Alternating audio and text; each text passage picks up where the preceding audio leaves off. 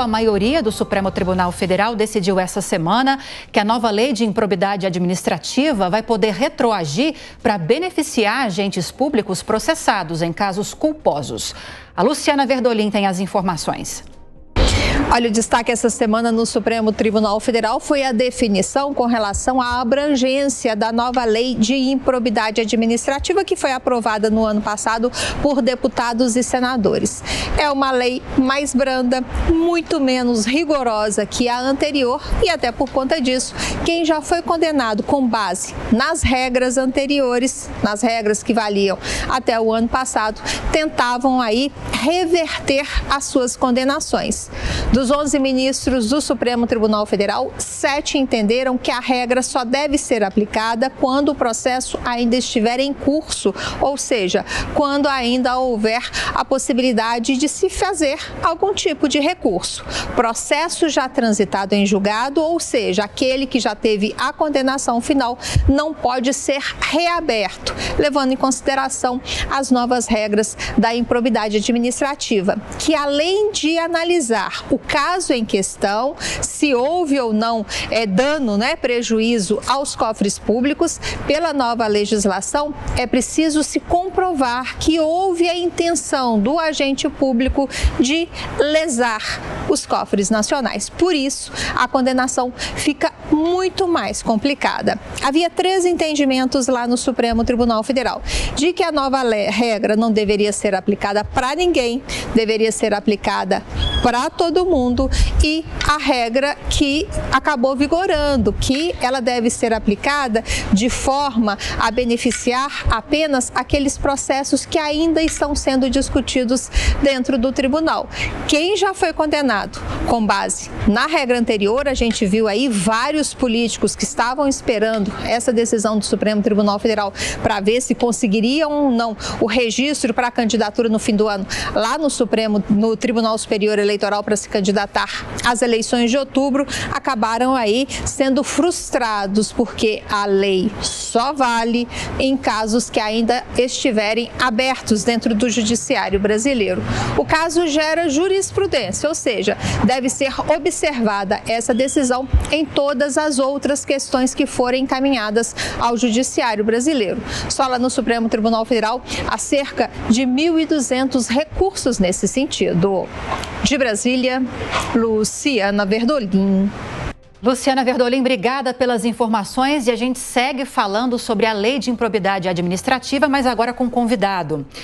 O advogado especialista em direito constitucional, Dr. Acácio Miranda da Silva Filho, que chega agora para falar com a gente ao vivo aqui no Headline News. Doutor, bem-vindo e boa tarde. Boa tarde, Lívia. É um grande prazer falar com você e com todas e todas que nos acompanham. Doutor, antes de a gente entrar em detalhes a respeito dessa discussão que terminou nessa semana, agora que passou, na última semana no Supremo Tribunal Federal, sobre a retroatividade das mudanças que foram aprovadas no Congresso na Lei de Improbidade Administrativa, eu queria ouvir a opinião do senhor a respeito dessas mudanças que foram implementadas nessa lei. O senhor é daqueles que acredita que essa lei foi importante, vê essa lei como algo positivo, porque antes havia muito abuso em condenações por práticas irregulares na gestão pública, ou o senhor acha que essa lei representa para nós um retrocesso no combate à corrupção? Eu acho que a lei é uma faca de 2 gumes, Lívia. E por quê? Primeiro, ela foi bastante importante no sentido de estabelecer uma segurança jurídica.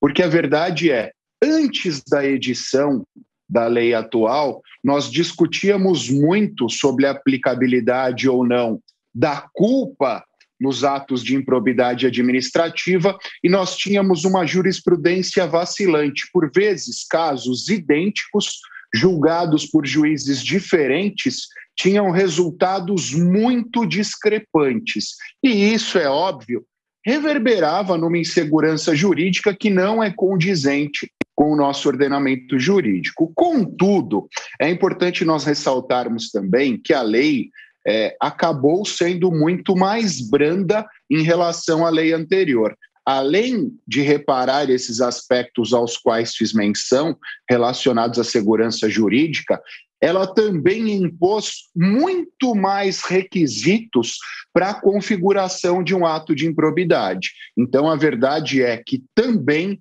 muitos agentes públicos serão beneficiados por isso. Agora, como a nossa repórter Luciana Verdolim trouxe antes de o senhor entrar para falar ao vivo com a gente, a decisão da Suprema Corte, do Supremo Tribunal Federal, atendeu ao que foi decidido, ao que foi apresentado e defendido pelo ministro Alexandre de Moraes. É que vai haver, sim, essa retroatividade das mudanças dessa nova lei, dessa lei de improbidade administrativa, para casos que ainda estão em julgamento, para casos em aberto. O senhor concorda com essa decisão? Foi uma boa decisão adotada pela Suprema Corte? Sim. Só um parênteses, Lívia, foram duas as decisões da Suprema Corte. Uma primeira decisão sobre a possibilidade da retroatividade e uma segunda decisão sobre o timing, sobre o momento a ser alcançado por essa retroatividade. E ficou estabelecido, portanto, que há retroatividade e, mais do que isso, ela alcançará só os casos em trâmite. Aqueles casos que já foram transitados em julgado, ou seja, aqueles casos em relação aos quais não caiba recurso, eles continuarão no patamar atual. Eu concordo com a decisão. A verdade é, e disse há pouco, a lei por si só é mais branda, mas, apesar deste caráter brando, ela estabelece alguns princípios relacionados ao direito penal. E a partir do momento que uma lei administrativa adota princípios relacionados ao direito penal, é necessário que todas as regras do direito penal sejam aplicáveis em relação a essa lei. E a retroatividade benéfica é uma das regras norteadoras do direito penal. Então, a partir do momento que o legislador faz essa opção, repito, é necessário que todos os aspectos inerentes a esta opção sejam observados, por mais que, em termos práticos, nós temos inúmeros sujeitos que praticaram deliberadamente atos de improbidade administrativa que serão abrangidos e serão beneficiados por essa retroatividade. Talvez fosse o caso do legislador ter mais cuidado. Talvez fosse o caso do legislador ter mais cuidado ao estabelecer os critérios da lei. Mas já que o legislador não teve esse cuidado, nos resta agora seguirmos este caminho. Muitos criticam, doutor, essa nova lei pela dificuldade de se comprovar a intenção do agente público de praticar aquela irregularidade que pode ser enquadrada como improbidade administrativa. Qual sua visão a respeito disso? Nós temos hoje 3 modalidades de atos que configuram a improbidade administrativa. Primeiro é o enriquecimento ilícito. E verdade seja dita, ninguém tem dúvidas que o enriquecimento ilícito depende de consciência e voluntariedade. Também há um ato de improbidade administrativa inerente à inobservância dos princípios da administração pública. E, mais uma vez, ninguém tem dúvida que a inobservância dos princípios da administração pública depende de consciência e voluntariedade. Contudo, há uma terceira modalidade de improbidade administrativa que corresponde ao prejuízo ao erário, que corresponde ao prejuízo à administração pública.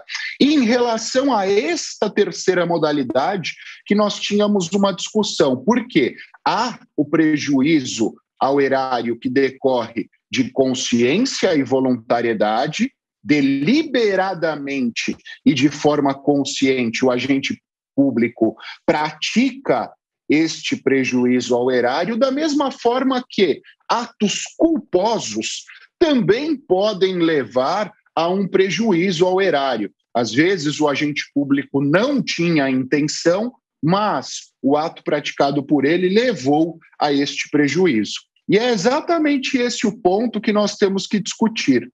O agente público merece ser punido mesmo quando ele não tenha sido diligente, mesmo quando ele não tinha intenção, mas não foi diligente, ou ele não merece ser punido quando não tinha intenção, mas não foi diligente. E é importante nós ressaltarmos que o agente público representa todos nós e, mais do que isso, cuida dos bens públicos que são pertencentes a todos nós. E qualquer um de nós quer que os seus bens sejam bem cuidados, sejam os privados, sejam os públicos. Então, eis o ponto que nós temos que discutir, e eu tenho uma tendência maior, apesar dos prejuízos e dos defeitos da lei, a entender que a modalidade culposa é válida. Mas, repito, não foi o que foi decidido pelo Supremo Tribunal Federal e o Congresso Nacional teve a oportunidade de delimitar essas circunstâncias, mas não o fez.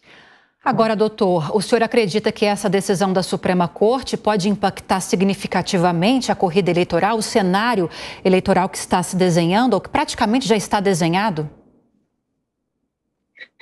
Eu acho que não, Lívia, porque a lei da ficha limpa exige a condenação em segunda instância ou a manutenção da condenação em segunda instância, e a própria suspensão dos direitos políticos pela própria lei de improbidade exige também uma condenação em segunda instância.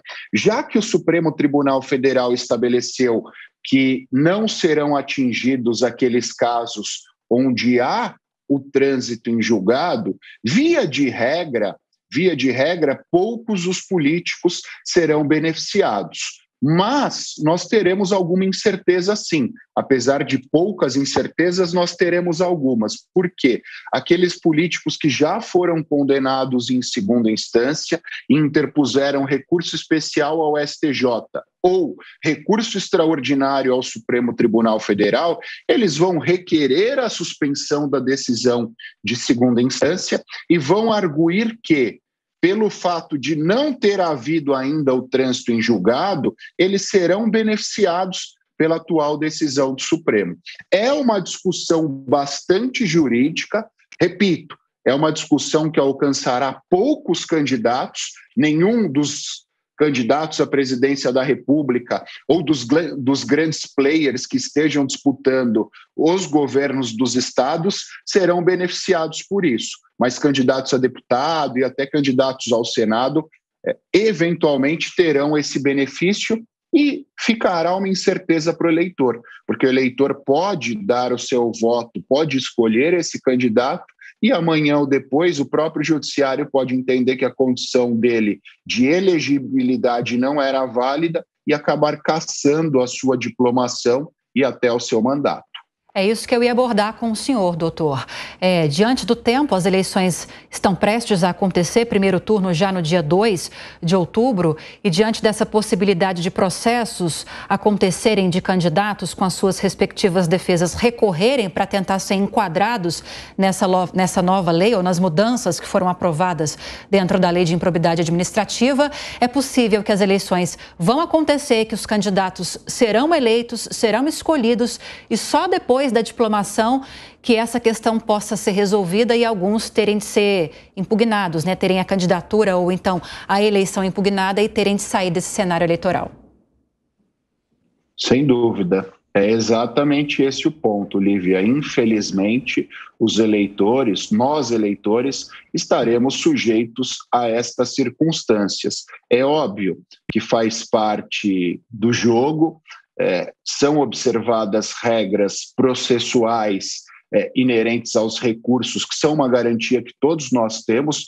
Por vezes nós reclamamos desse excesso de recursos, mas fôssemos nós réus, nós também acabaríamos sendo favoráveis a eles. Então são regras do jogo que infelizmente geram alguma insegurança, mas, reitero, nestas eleições em específico, essas regras talvez não mudem substancialmente o cenário eleitoral. Existirão, sim, mudanças, mas serão mudanças pontuais, muito mais na composição do Congresso Nacional ou na composição das Assembleias Legislativas.